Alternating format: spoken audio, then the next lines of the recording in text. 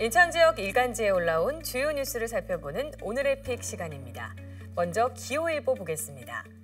현재 송도국제도시에는 연세대 송도 캠퍼스를 비롯해서 다수의 국내외 대학 캠퍼스가 들어와 있습니다. 관련 기사 올라와 있는데요. 첫 소식으로 살펴보겠습니다. 지난 5월에는 영국 사우스햄튼 대학과 미국의 맨해스 음대가 송도국제도시 내 캠퍼스 유치를 확정지었는데요. 반면 같은 인천경제자유구역인 청라국제도시와 영종국제도시의 경우에는 대학 캠퍼스가 전무한 실정입니다. 이 때문에 이 지역 간의 교육 불균형 문제가 현재 대두되고 있는 이런 상황인데요. 특히 영종 지역의 경우에는 이 대학 캠퍼스는 물론 국제학교마저 없는 실정이라 주민들의 반발이 심각한 상황입니다.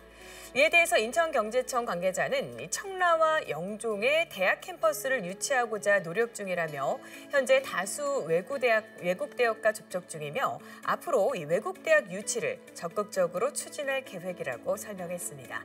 계속해서 경인일보 기사 살펴보겠습니다. 이 코로나19 재유행으로 인해서 공공의료기관의 중요성이 다시 부각되고 있는 상황인데요. 관련 기사 살펴보도록 하겠습니다. 이 인천의료원의 경우에는 지난 2020년 시작된 이 코로나19 팬데믹 기간 동안 이 방역의 최전선에서 지역의 의료 시스템 붕괴를 막는 데 굉장히 큰 역할을 담당했는데요. 최근에 이제 코로나19가 다시 확산될 기미를 보이자 이 인천의료원은 코로나19 전담 음압격리 병실을 마련해서 선제적 대응에 나서고 있는 상황입니다. 인천의료원의 경우에는 지난 6일부터 5층에 있는 45개의 베드 절반을 코로나19 전담 음압격리병실로 가동하고 있는 상황인데요. 지난 14일을 기준으로 이 병실에 입원한 환자 수는 모두 15명으로 병실 가동 초기보다 5배 가까이 늘었습니다. 마지막으로 인천일보 기사 살펴보겠습니다. 이 성남학원 사건 피해자 200여 명이 지난 2022년 10월 진실화해를 위한 과거사정리위원회에 진실규명이 이뤄진 뒤 국가를 상대로 손해배상을 청구했었는데요. 관련 소식 마지막으로 올라와 있습니다. 자, 이 중에 지난 6월 20일에 첫 판결이 나온 뒤 이달 4일과 11일 총 3건의 판결이 나온 상황인데요.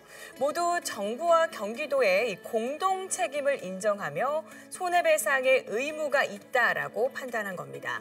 서울중앙지법은 지난 6월 20일 피해자 13명에게 1인당 2,500만 원에서 4억 원을 그리고 이달 4일에는 7명에게 300만 원에서 3억 원을 지급하라라고 판결했는데요. 또 지난 11일에는 앞선 판결보다 높은 3명에게 2억 7천만 원에서 5억 2천만 원가량을 지급하라라고 판결했습니다. 하지만 정부와 경기도는 최근 이에 불복하고 항소했는데요. 이 항소 이후 수백억 원에 달하는 손해배상액 때문으로 알려졌습니다. 이 두 기관은 현재 재판부에 항소장만 제출한 상태로 조만간 이 항소 이유서를 제출할 예정입니다. 지금까지 지역 일간지 기사로 본 인천 소식 오늘의 픽이었습니다.